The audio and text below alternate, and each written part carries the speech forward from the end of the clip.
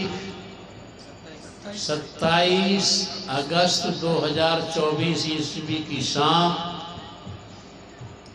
आपकी प्यारी बस्ती कुम्हारों वाली ढाणी, जिला हनुमानगढ़, राजस्थान में विगत वर्षों की भांति इस वर्ष भी भाई मोहम्मद जी के सौजन्य से समस्त परिवार की श्रद्धा आस्था से तैयारियों से हम और आप सत्संग के माध्यम से आमने सामने हैं। जीवन में सत्संग को जरूर ग्रहण करना। सत्संग ही तुम्हारे भविष्य की, तुम्हारे परलोक की, तुम्हारे परमात्मा की शुभ दिशा है। देखो, इस शरीर में जो हम बैठे हैं, इस शरीर में संत महात्माओं ने और भी शरीर बयान किए हैं। स्थूल शरीर स्वामी कबीर साहिब, गुरु नानक देव जी आदि ने स्थूल शरीर, सूक्ष्म शरीर, कारण शरीर, महाकारण शरीर, कैवल्य शरीर और 6 शरीर लिखे हैं। यहाँ तक के मूल बीजक जो कबीर साहब का बड़ा ग्रंथ है, उसमें लिखा है कि जहिया जन्म मुक्ता हता तहिया हता न कोई, छठी तुम्हारी हो जगह तू कहाँ चला देखो। ए हंस, तू हंस रूप था, छठी रूप देह में था, और तू अपनी देह शरीर से डिगता डिगता इस स्थूल शरीर में आ गया। हंस शरीर में आया, कैसे आया इसके बारे में उन्होंने कहा है कि जो यहाँ मैं बहु कहूँ बुझाई, तो यह ग्रंथ बहुत बढ़ जाई। दया क्षमा सत धीर विचारा, 5 तत्व हंसा के सारा। यही देह हंसा ने देखी, उपजा हर्ष निज प्रेम बिसेखी। प्रेमानंद उठा गहराई, ता आनंद में गयो हंस समाई। गयो समाय भयो आनंदा, बछड़ी बिछड़ी देह पड़े भ्रम फंदा। पक्की से कच्ची भई भाई, तब इस भूर्ति हंसा सुध आई। इन जाना में भरम भुलाना, पक्की से हंसा बिलगाना। कच्ची के प्रताप से भाई, दूसर इच्छा उठी बनाई। ताका नारी रूप निर्मावा, सब कुछ कीना जो मन भावा। ता नारी के सुत है भयऊ, ब्रह्मा विष्णु महेश कहे। ये जो है कबीर फिलॉसफी दर्शन में इस आत्मा का, इस हंस का, इस रूह का, इस कॉन्शसनेस का पक्के तत्वों के शरीर से कच्चे तत्वों, जो पृथ्वी जल अग्नि आकाश वायु, कच्चे तत्वों का शरीर है, इसमें आना हुआ। तो जैसे 5 ये शरीर बयान किए हैं, ऐसे ही हर शरीर की अवस्था होती है। अवस्था भी बाबा गरीब साहब ने, स्वामी शिवदयाल जी महाराज ने बयान किया है। अवस्था भी एक जागृत अवस्था, जिसमें अब हम तुम बैठे हैं। एक स्वप्न अवस्था, जब हम जागृति अवस्था से सोने लगते हैं तो हमारा स्वप्न की अवस्था, स्वप्न देखते हैं। स्वप्न जो देखते हैं, इसको कई लोग मुझसे पूछते हैं, साहब स्वप्न की उत्पत्ति कैसे होती है, स्वप्न कैसे देखते हैं? तो हमने कहीं लिखा भी है कि सोल है दल का कमल कंठ में, शक्ति का जहाँ अकस पड़ा। सोते वक्त सुरत की धारा उतरी, मन भी यहाँ संग लग पड़ा। मन और माया दोनों मिलकर रचना अजब बना लेते, सुरती भी यहाँ संग रहते हैं, इसी को सपना कहते हैं। यानी मन, माया और सुरत, ये तीनों जागृति अवस्था से क्रीड़ा करते हैं। स्वप्न अवस्था में जिस स्वप्न का प्रधान मन होता है, वो स्वप्न बहुत काल्पनिक होते हैं, जिनको देखा भी नहीं, और जिसकी प्रधान माया होती है वो भयंकर और डरावने स्वप्न होते हैं, और जिसकी प्रधान सूरत होती है, आत्मा होती है, वो स्वप्न जागृति अवस्था में आते सच्चे होते हैं। मेरा सपना सच्चा हो गया, रात मैंने सपने में देखा। तो ऐसे ही जागृति अवस्था, उसके बाद स्वप्नावस्था, उसके बाद सुषुप्ति अवस्था, जो बहुत गहरी नींद जिसमें शरीर की सुध भी नहीं रहती, सुषुप्त अवस्था। उसके बाद तुरिया अवस्था, फिर तुरियातीत अवस्था, फिर तुरियातीतम तीत अवस्था। बाबा गरीब साहब ने अनमोल वचन में स्पष्ट कहा है, ये शरीर की अवस्था है। अब जब तुम लोग हमसे कहते थे कि साहब तुम कहते हो कि जब शरीर छूटता है, स्थूल शरीर छूटता है तो सूक्ष्म शरीर से, ये सूक्ष्म शरीर से सूरत आत्मा यमलोक यमालय, जहाँ इसके कर्मों का न्यायालय हो कहा जाता है, वहाँ जाती है, सूक्ष्म शरीर से जाती है। तो कुछ लोग कहते हैं साहब ये तो लोग कहते रहते हैं, धंधा बना लिया है कुछ संत महात्माओं ने कि साहब सूक्ष्म शरीर से तुम स्वर्ग जाओगे, नरक जाओगे, अग्नि खंभ से लिपटाए जाओगे, तुमको वहाँ पर जो है अग्नि कुंडों से गुजारना जाएगा, नरकों के सीख से निकाले जाएंगे, यम के दूत तुमको सताएंगे। ये काल्पनिक कर रखा नहीं था, ये काल्पनिक बात नहीं है, इसको जिंदगी में व्यवहारिक देखो। जब तुम जागृति अवस्था से अपने बिस्तर पर सोते हो, और जब जागृति अवस्था से ये आँखें तुम्हारी देखती हैं, कान सुनती हैं, जवान कहते हैं, हाथ हिलते हैं, पैर हिलते हैं, कार्य करते हो, ये जागृति अवस्था में तुम करते हो। लेकिन जब तुम अपने बिस्तर पर पड़ जाते हो और जागृति अवस्था से तुम स्वप्नावस्था में आते हो, तो तुम्हारे पैर टांग यूं ही बिस्तर पर पड़ी रहती हैं, हाथ यूं ही पड़े रहते हैं, आँख तुम्हारी बंद रहती है, जवान तुम्हारी बंद रहती हैं, कुछ तुम्हारी आंखें देख नहीं पाती हैं, हाथ कर नहीं पाते हैं, पैर चलने पड़े रहते हैं। लेकिन जब स्वप्न देखना शुरू कर देते हो तो स्वप्न में तुम्हारी टांग भी चलती है, तुम्हारी आंख भी देखती है, तुम्हारे कान भी सुनते हैं, तुम्हारे हाथ भी क्रिया करते हैं, तुम संवाद भी करते हो। सब कुछ स्वप्न अवस्था में तुम्हारा शरीर बिस्तर पर पड़ा रहता है, लेकिन तुम सब कुछ देखते हो, सुनते हो, चलते हो, पहाड़ों पर चल जाते हो, समुद्रों के तटों पर घूमने चले जाते हो, भयंकर रास्तों से गुजर जाते हो, जिन संबंधियों को न जानते हो, जो परिचित भी नहीं हैं, उनके संबंधों को मिला करके याद हो जाती है। कितने ही भगवान बुद्ध ने तो यहाँ तक कह दिया था, बाबा गरीब साहब ने भी यहाँ तक कह दिया है अनमोल वचन में कि जब तुम किसी पूरे सतगुरु की शरण में पहुंच जाते हो और सतगुरु के द्वारा बख्शिश किए हुए नामों का सुमरन करते हो, ध्यान करते हो, और अपनी तवज्जो को भ्रू मध्य से ऊपर 10वें द्वार के स्थानों में टिका लेते हो,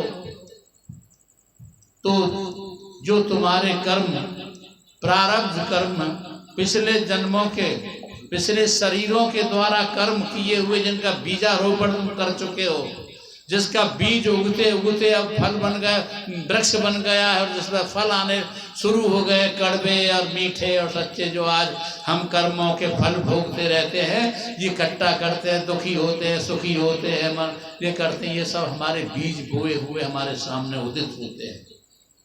तो बाबा गरीब साहब कहते हैं कि जब तुम परमात्मा सदगुरु की शरण में पहुंच जाते हो और सदगुरु की को अपने हवाले, सदगुरु के हवाले अपने को कर देते हो, समर्पित हो जाते हो, और उनके नाम यानी शब्द और ज्योति से जुड़ने का अभ्यास करते रहते हो, तो कुछ कर्म तुम्हारे स्वप्न अवस्था में भी चुकाए जाते हैं, स्वप्न अवस्था में भी चुकाए जाते हैं। जिनको नहीं देखा है, जिनसे मुलाकात नहीं होती है स्वप्न में, उनको भी देख लेते हैं, मुलाकात हो जाती है। विगत 20 साल 50 साल स्वप्नावस्था। अब मैं जिस बात पर आना चाहता हूं, जब मैं अपने प्रेमियों से कहता हूं कि भाई जाग, कबीर साहब ने बड़ी प्यारी बात कही कि जागन से सोना भला जो कोई जाने सोए, अंतर लो लागी रहे सहजई सुमरन हो। अगर तुम जागने में भी परमात्मा का भजन सुमरन जाप ध्यान नहीं कर पाते हो तो वो तुम्हारे उस जागने से तुम्हारा वो सोना बेहतर है जिसमें तुम अपने सतगुरु के नामों का जाप करते करते सो जाते हो। जितनी भी देर तुम सोते हो तुम्हारा वो भजन होता रहता है। लेकिन तुम ये भी सुनते रहते हो, रात महाराज जी आए थे, संगत में गया था, मैं सेवा में लग रहा था, मेरे अमुक साथी आए थे, रात मुझे भयंकर रूप वाले कुछ आए थे। सपने की बात सुनाते रहते हो। हमने भी कई बार लिखा है, सपने में देखी रात मगर कुछ बात न हो पाई। रात हमारे ज्ञानी जी ने भजन गाया था, सपने में देखी रात मगर कुछ बात न। ये उन लोगों की पहचान है कि जो जागृति अवस्था में जिसका चिंतन, जिसका मनन, जिसका सुमरन करते रहते हैं, वो स्वप्न अवस्था में प्रकट हो जाता है। तो ये भी ध्यान रखना, जब तुम हिंदू होते हो तो तुम्हें भगवान के दर्शन जब सपन में होते हैं तो राम के होते हैं, कृष्ण के होते हैं, विष्णु जी के होते हैं, शिव जी के होते हैं, नानक जी के होते हैं, कबीर साहब के होते हैं, राजश्याम दयाल के होते हैं, अपने मौजूदा सतगुरु के होते हैं। लेकिन जो मुसलमान होते हैं उनके सपनों में राम नहीं आते, कृष्ण नहीं आते, शिव नहीं आते। ईसाइयों के स्वप्न में नहीं आते, मेहराब नहीं आती, वो जीसस क्राइस्ट आते हैं, क्रूस आते हैं। इसी संबंध में थोड़ी सी बात कहूँगा मैं। ये जो तुम्हें आते हैं, तुम्हारी मान्यता, तुम्हारी विश्वास, तुम्हारी धारणा, तुम्हारा परंपरा, जिन्हें तुम जागृति अवस्था में करते रहते हो, स्वप्न अवस्था में तुम्हारे सामने आने लगते हैं। लेकिन इस स्वप्न अवस्था के दर्शन को भी दर्शन मत मान लेना। Do you know what am I saying? इस स्वप्न अवस्था के दर्शन को भी दर्शन मत मान लेना। तुम सब पढ़े लिखे बच्चे हो और आज शिक्षा का बहुत वो है। एक थोड़ा सा मैं एग्जाम्पल देकर के तुम्हें सुनाना चाहता हूँ।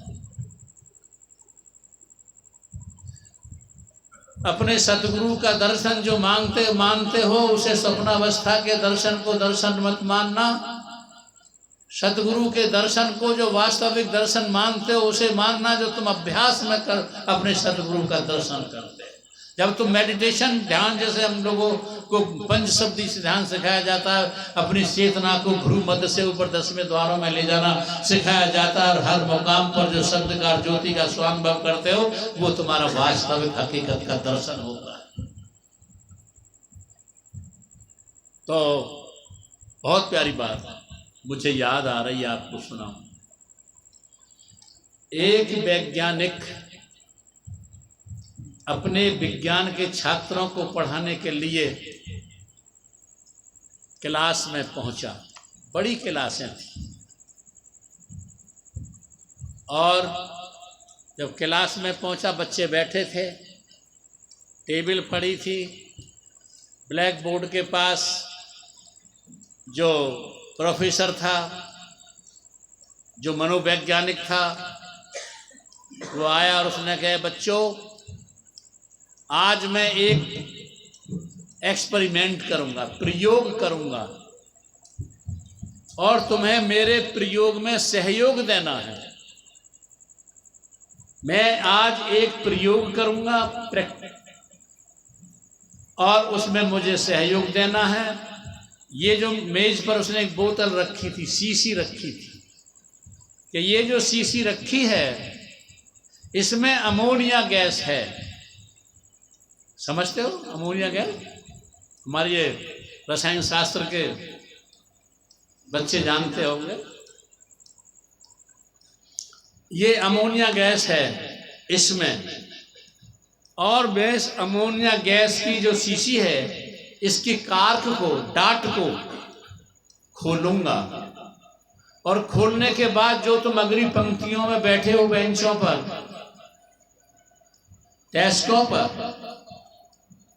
पीछे तक बैठे हो, तो जिसको भी अमोनिया गैस की गंध आनी शुरू हो जाए वही अपना हाथ ऊपर को उठा देना, ताकि मैं समझ लूं इस टेबल से उस बेंच तक अमोनिया गैस को पहुंचने में कितनी सेकंड लगी। जिसको भी अमोनिया गैस की गंध आती चली जाए वही हाथ उठाता चला जाओ, ताकि मैं ये जानता रहूं अमोनिया गैस वहां तक पहुंच गई, वहां की पंक्तियों तक पहुंच गई।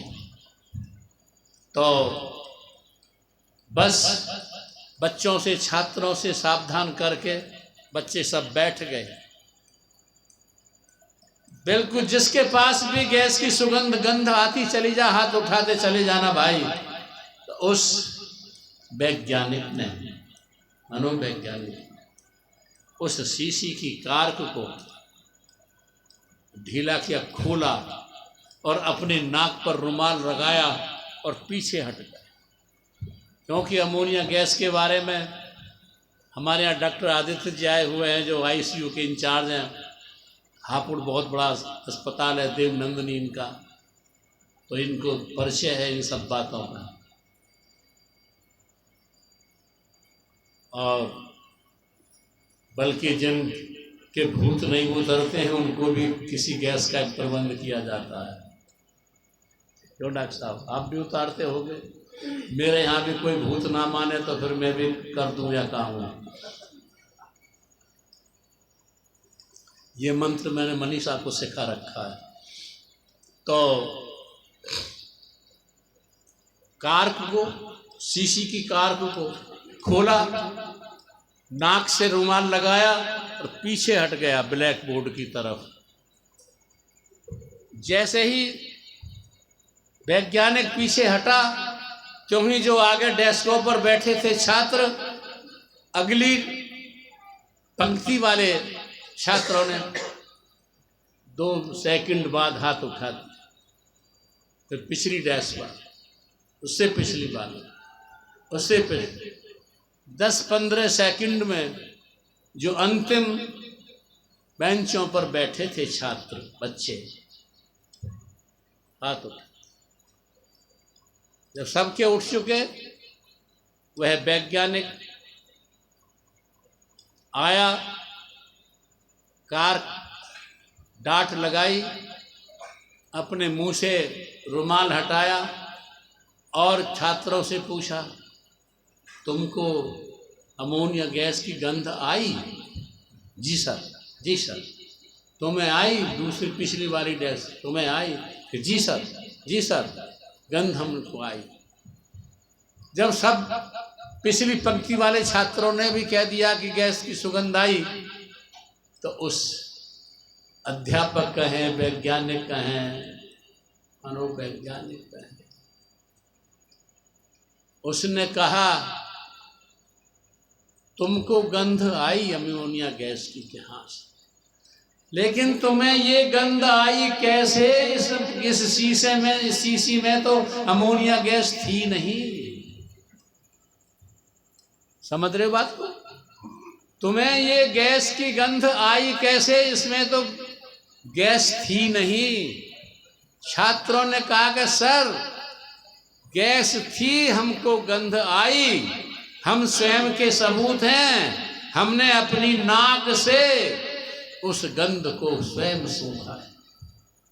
हर छात्र ने, पिछली पंक्ति वाले तक ने यही कहा।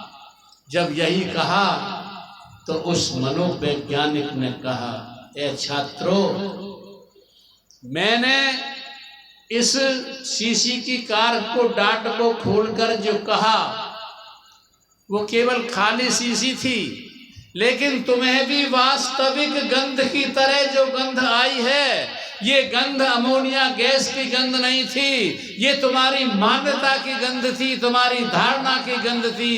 तुमने ऐसा विश्वास कर लिया था, तुम्हारी दृढ़ता की गंध थी, तुम्हारे निश्चय की गंध थी जब तुमने ये मान लिया था कि तो ये अमोनिया की गैस है।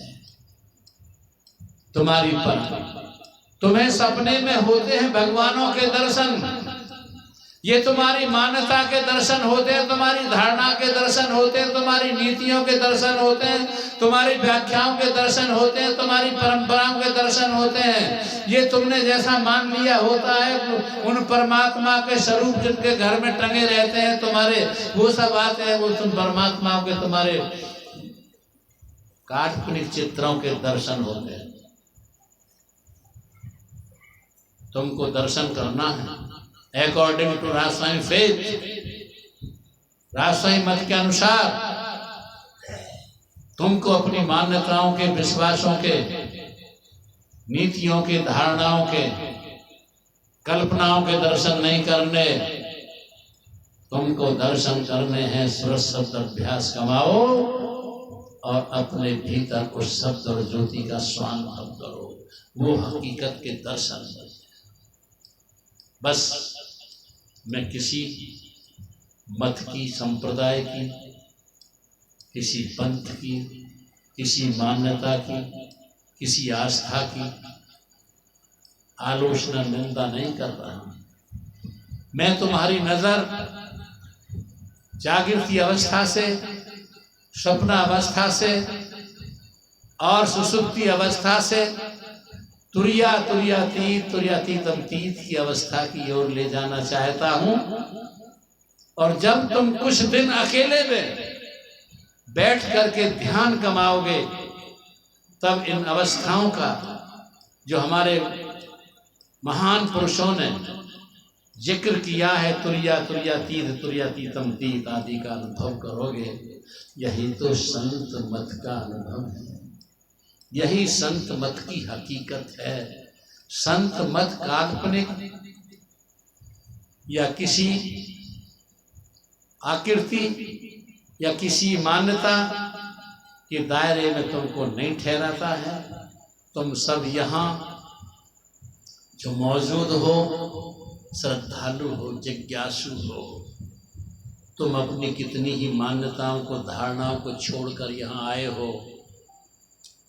तुम्हारे लिए ये मेरा सुझाव है, बैठकर सत्संगी हो गए हो, संत मत से जुड़ गए हो, तो इसकी हकीकत को पहचान कर सुरत शब्द अभ्यास कमा के अपने भीतर शब्द और ज्योति का अनुभव करो।